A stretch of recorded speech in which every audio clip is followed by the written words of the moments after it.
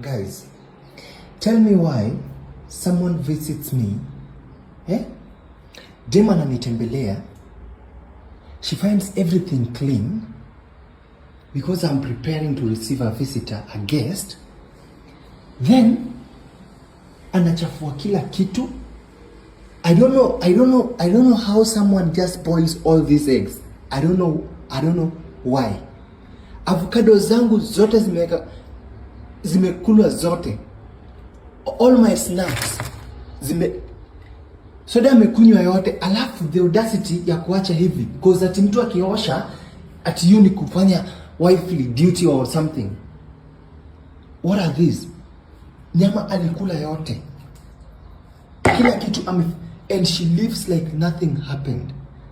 Is this the Kenya you want? Alipika chipo mafuta hadi akaachilia tu hapa. Chai zingine amepika hata hajakunywa, ameacha hapa.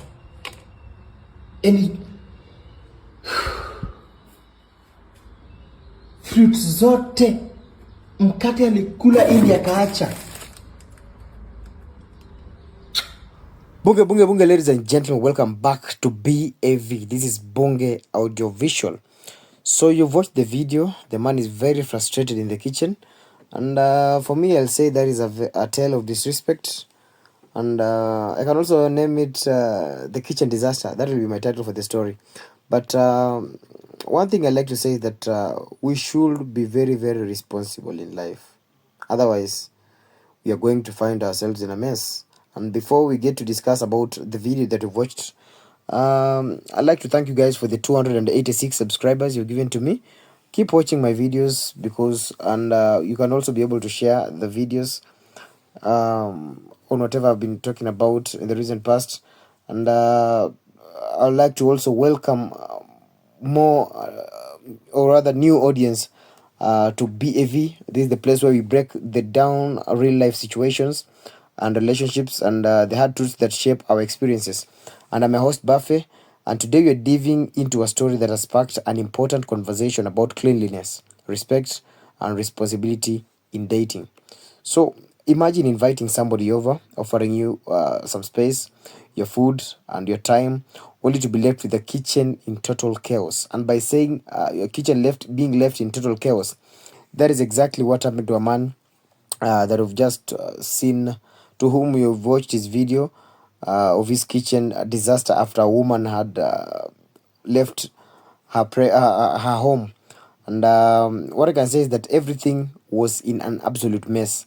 So let's break it down of what actually happened and the reason behind this kind of mess that the lady left the house in, or rather the kitchen in. So you've seen the video captured the aftermath of what should have been a simple visit, but instead the man found his kitchen in complete disarray. And by saying it was left in a complete disarray, I'm trying to say that we had dirty utensils piled up in the sink. We had boiled eggshells scattered around. We had bread thrown all over the kitchen. We had cooking oil left in the pan after making fries. Tengeza pochipo akarusha mafuta huko.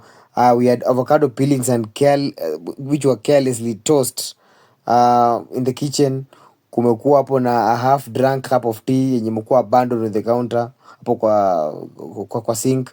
It was just in a mess. It was in a very, very bad situation. It was in a filthy state. And it wasn't just a few dishes. It was a total disregard of space. Buddha.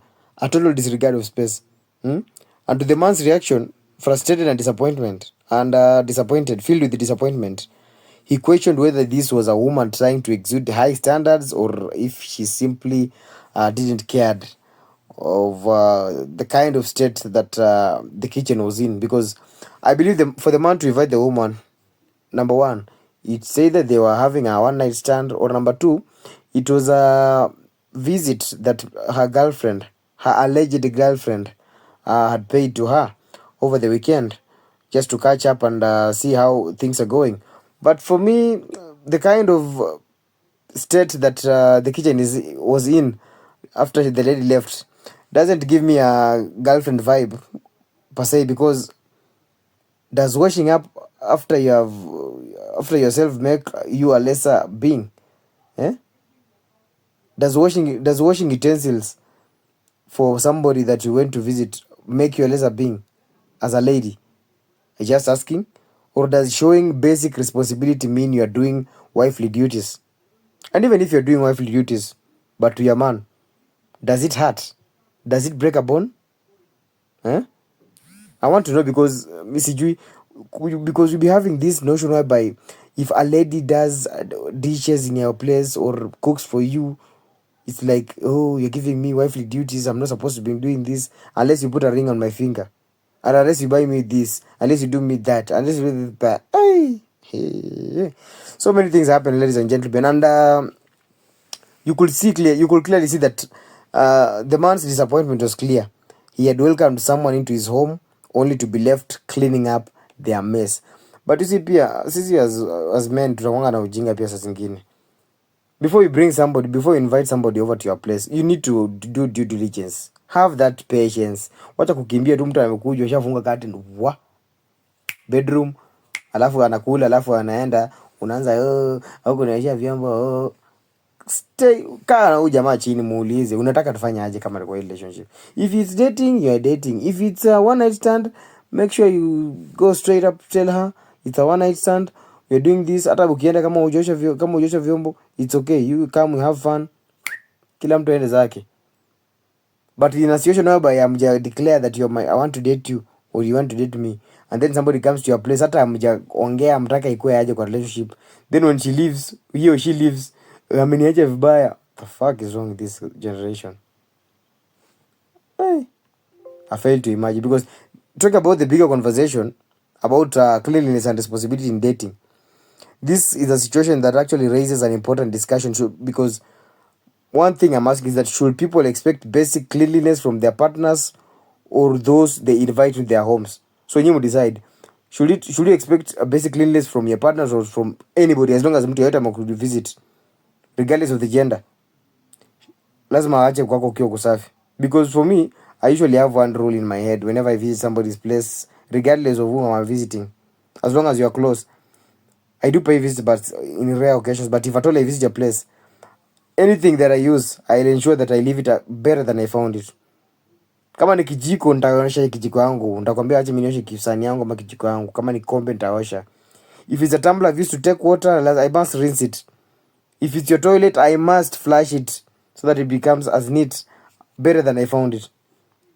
Because some argue that a guest has no obligation to clean, while others believe that how someone treats you in your space speaks the volumes about their character, and that if a woman refuses to clean up after herself in the early stages of dating, someone asks, does it signal the bigger issue down in the line? Because we've been having so many issues. I cannot hook for a man who hasn't put a ring on my finger, who has not done this. You've set so much standards on you. But one thing I can assure you that is clear is that respect and responsibility should go both ways in relationships.